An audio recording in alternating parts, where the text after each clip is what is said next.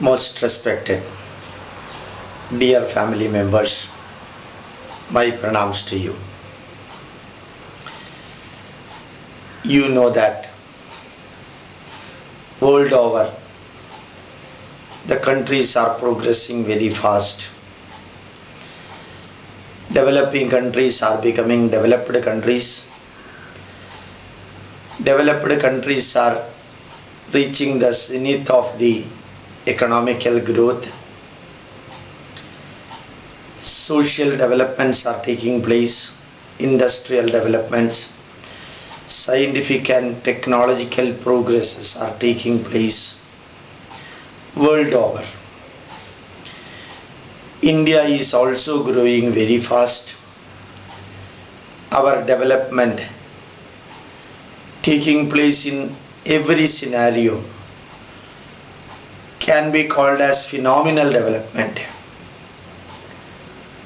When we are developing on the one sector, automatically some other sector will be losing that. In the science it is told, whenever the system in equilibrium is disturbed, the system will adjust itself in such a way that effect of the disturbance is nullified. What does it mean? When you are economically developing, something else you will be losing, whether it is the case of an individual or family or society or nation. This rule is applicable. Whenever industrially you are progressing, environmentally we will be coming down.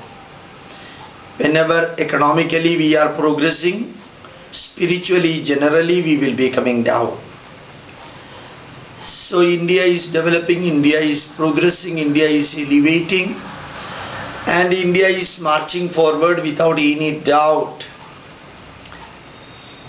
And what can be the end result of that? Everyone will become rich. Everyone will become the owners of something.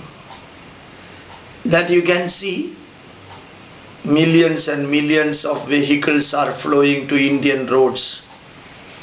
Excellent flats are coming, entertainment spots are coming, and all round growth is taking place. But India is a cultural country, spiritual country, socially highly developed country. And now in the field of science and technology we are developing. So naturally erosion will be taking place in the former sector. We will become socially disintegrated. Spiritually we will become diluted. And family relations, social bondages, and a national approach, patriotism and nationalism will be automatically getting diluted or dwindled.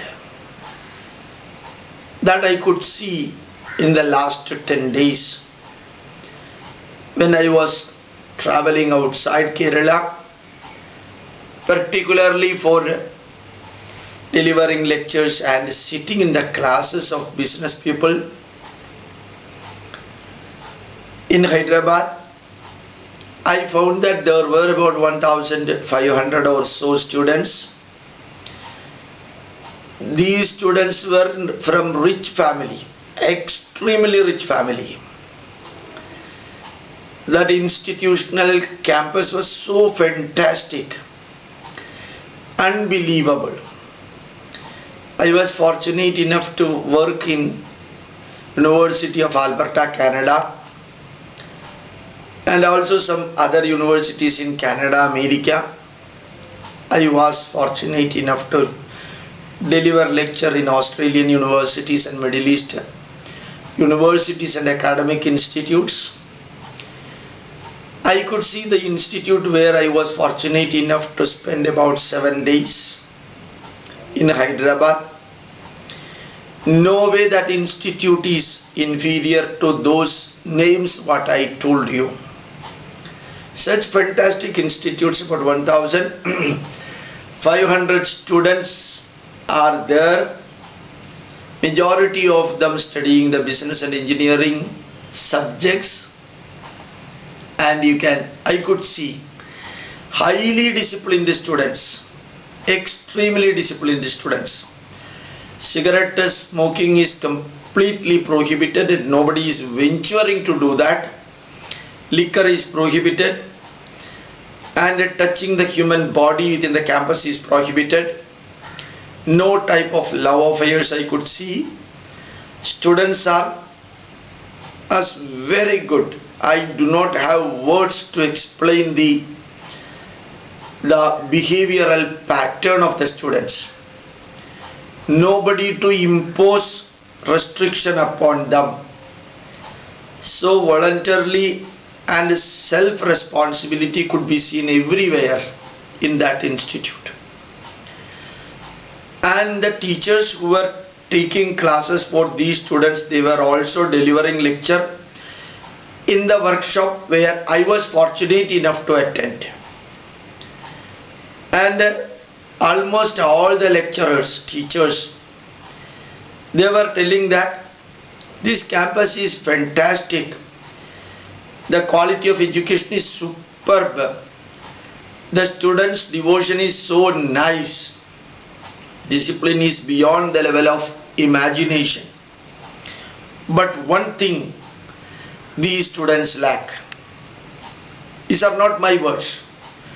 Words of the teachers who are teaching these students. They do not have any human relation. All the relations are temporary. And they do not have much values, even though externally they do not drink, smoke, or do not do other so-called negative things. But they came here, they will understand whatever we are teaching. Definitely they will be getting extremely good mark. They will be enjoying their life, and they will be doing everything for only one thing. Everything they will be doing for money. That is corporate business based money, not cheating, not burglary or theft. They will do anything for making money and becoming rich.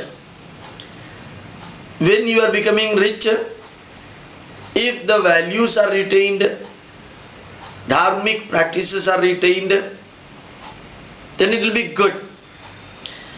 Just like the bricks and cement align together to make a beautiful house. Alignment of the brick for taking the building to higher level, just like modern knowledge. Presence of cement for giving beauty, durability and strength for the building, just like the values in our life. If these two are, modern knowledge and values are integrated, then the life of the student will be extremely good.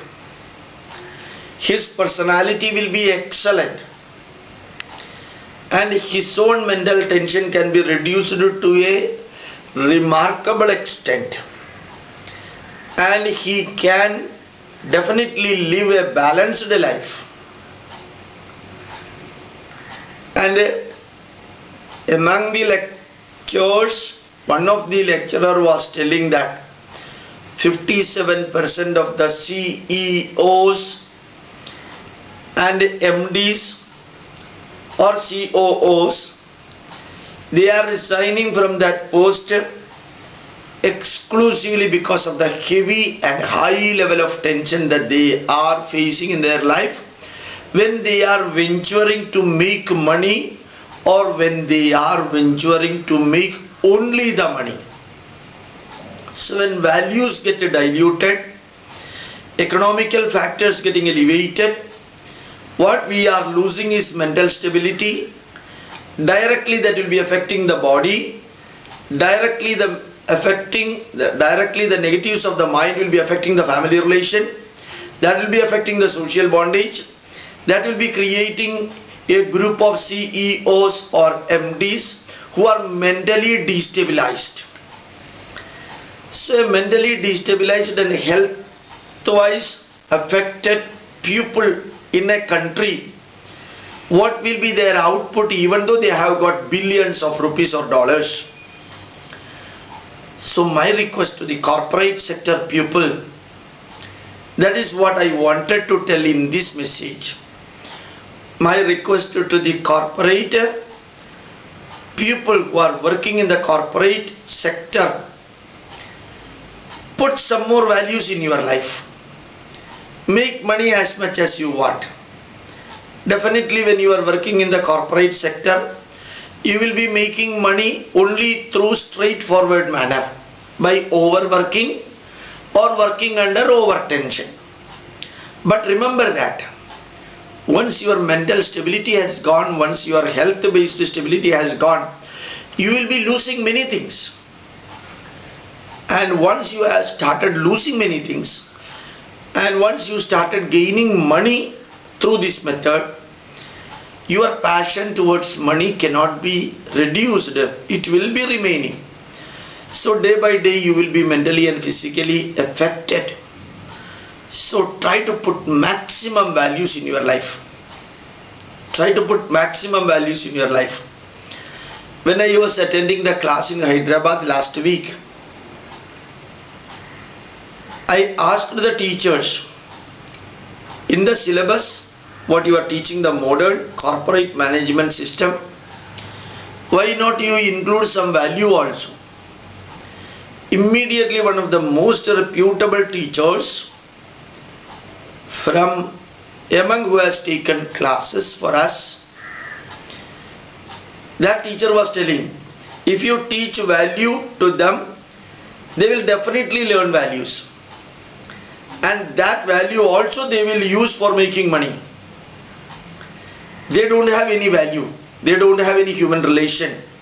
They don't have any respect. They don't have that family bondage. They don't worry too much about their parents. They don't even bother about the social responsibility that they have got, even though corporate social responsibility is a lesson that they have to learn. CSR is a lesson what they are expected to learn, but everything they will be utilizing for making money. This is what the teacher said. Whether it is fully correct or partly correct, I am not going deep into that. My request to every corporate sector worker, you should make money. You should make money. In India, our culture says dharmartha kama moksha. Dharma comes first. Dharma, the duty, responsibility and privilege of an individual. Madra dharma, pitra dharma, putra dharma, putri dharma, acharya dharma, paura dharma, raja dharma, amatya dharma. So dharmic values come first. The place of dharma is number one. Then the second is artha, economics, money. But the money should be made through dharmic pathway. Money is not the end of life. Many people think so. I think I have seen many people, I am seeing many people who are living for making money. But remember that money is a means for life. Money is not the end for life. Without money you cannot enjoy the life. But without life, what is the use of money? So remember that. Dharmic pathway should be followed. Blind spirituality should be avoided. In that place, scientific, rational and logical spirituality is to be inculcated. Introduce rational spirituality. There is rational spirituality in Hindu Dharma. Only in India you can see rational spirituality. Only in India you can see scientific spirituality. Only in India you can see logical spirituality. Without fearing God, acknowledging God, you can make your mind happy. Values based on spirituality. All the values need not be based on spirituality. But spirituality is part of values, not blind faith. Those values, if you are mixing with your duty, responsibility and privilege, that is what is meant by dharma. Based on dharma, make money. Use money for making the life enjoyable and happy in a sustainable and permanent way. Never follow the happiness, enjoyment in a blind pathway. What you have done today, what you are doing today, what you have told today and what you are telling today should not become a cause for your repentance tomorrow. Should not become an irreparable loss for you tomorrow. Many people are. Many corporate workers have become addicted to liquor, smoking, drugs. One thing, they need it because of the heavy tension. Second thing, they can afford it because they have got enough money. So remember, once you are lost your body health, physical health and mental stability, you will be thrown out of the corporate office. They will be utilizing you in a positive way.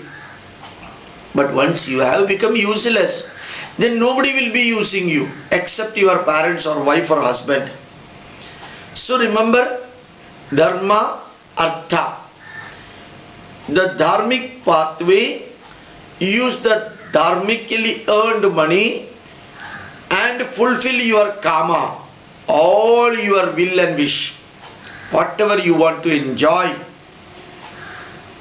all your needs, necessities, requirements, expectations, passions, what you want to earn, enjoy it in the dharmic pathway.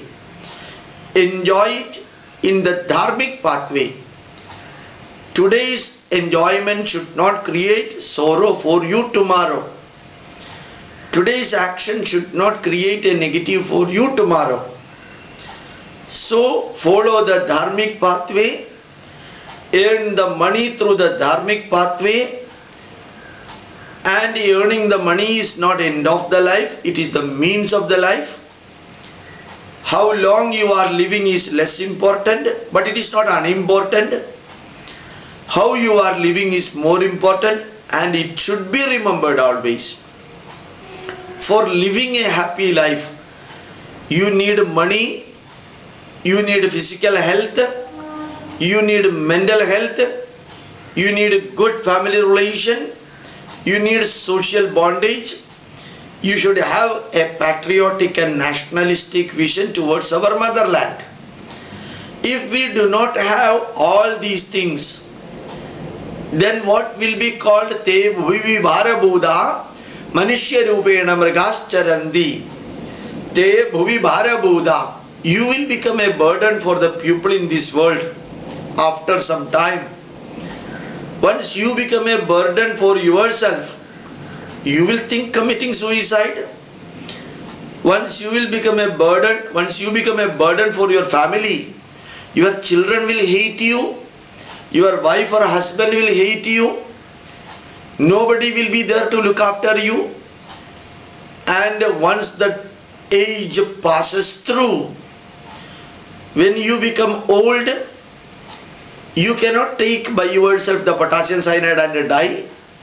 You do not have permission to die. You do not have permission to commit suicide. The law will not allow you to die also. So living a life which is a burden for others, it should not happen to you, and it will happen if you are living a life as told by the professors of that great institute to their students. So enjoy the life. Dharmic pathway, enjoy the life using dharmic money, artha. Enjoy the life with a positive attitude, with a positive way. Then remember that there is another word, moksha. Dharma, artha, kama, moksha. What is moksha? Always enjoy. Once enjoyment has reached the ecstasy climax, come back. Come back. Pravritti is doing and marching forward. Pravritti is doing and marching forward. Nivritti is after completing the work coming back. Pravritti and Nivritti are needed in your life. Once your responsibility is over, say goodbye, come back.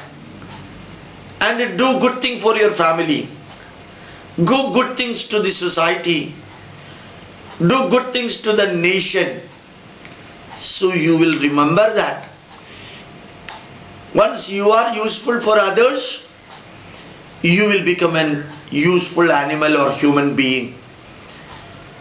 If we are not useful for others, then naturally they will not consider us a useful person. There is a small explanation.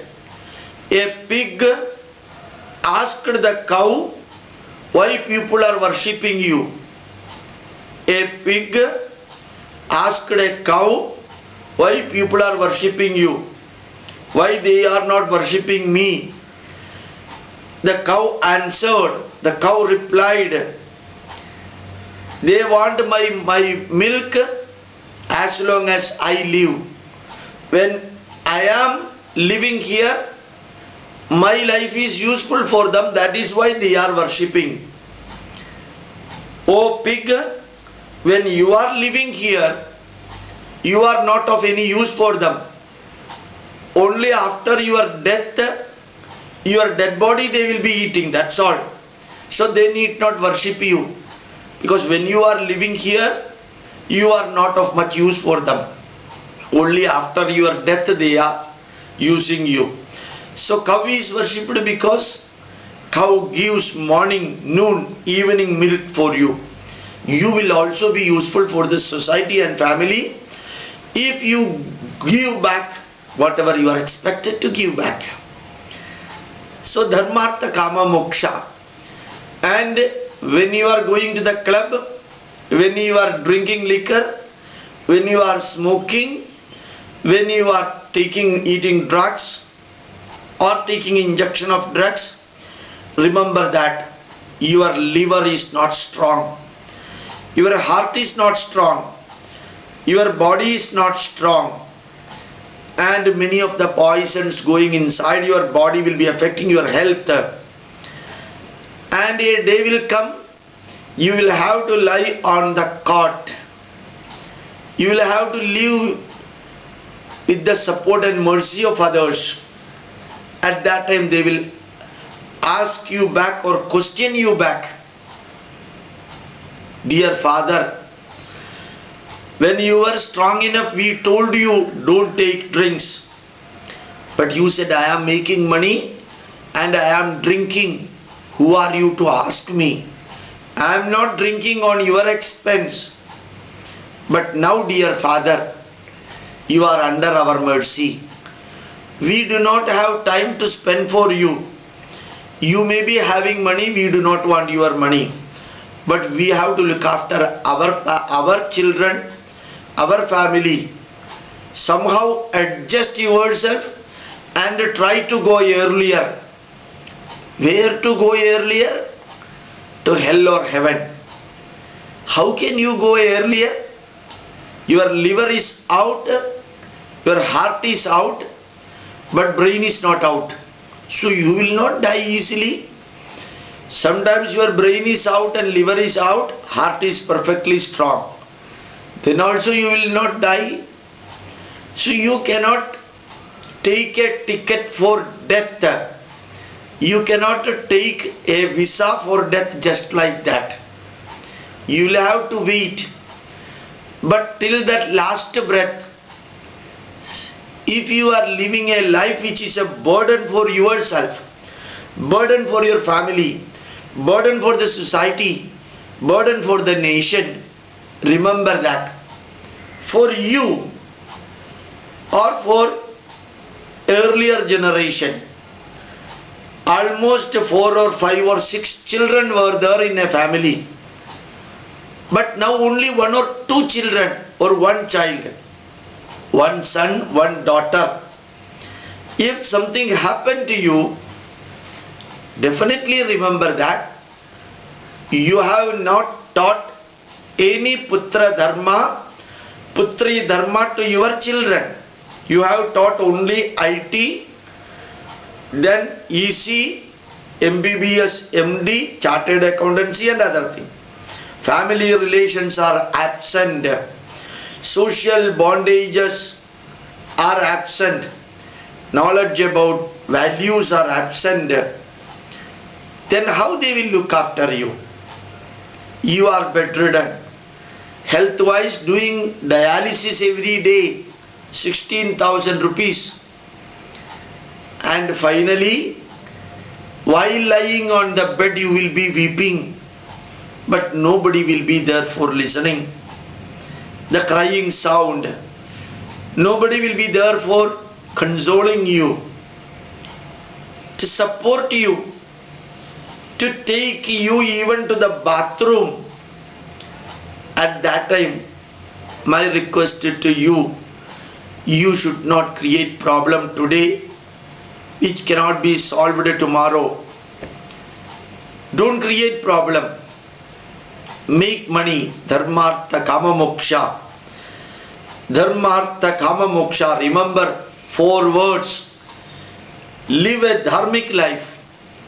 Make money in a dharmic way. Enjoy life in a dharmic way. And return. Come back. Don't go beyond a limit. Even for making money, don't go beyond a limit. Even for enjoying life, don't go beyond a limit. Even for acquiring property or asset, don't go beyond a limit. I am not discouraging you. If at all you think I am discouraging, it is only for dealing with extra money. I am encouraging you to go to a good life. I am sure you will be following that. I am sure you will be following that. I was fortunate enough to take voluntary retirement from CSIR, Government of India, Prime Minister's Department, without much hesitation, even though 9 more years services were remaining. I feel happy for that. I am quoting this not to project anything great, but to tell you that many people used to say giving advice is easy, but practicing is difficult. I was fortunate enough with the blessings of my parents and the blessings of the God to come back from making money. I could do the pravarti and the nivritti. So I am telling you with these words, my pranams to you.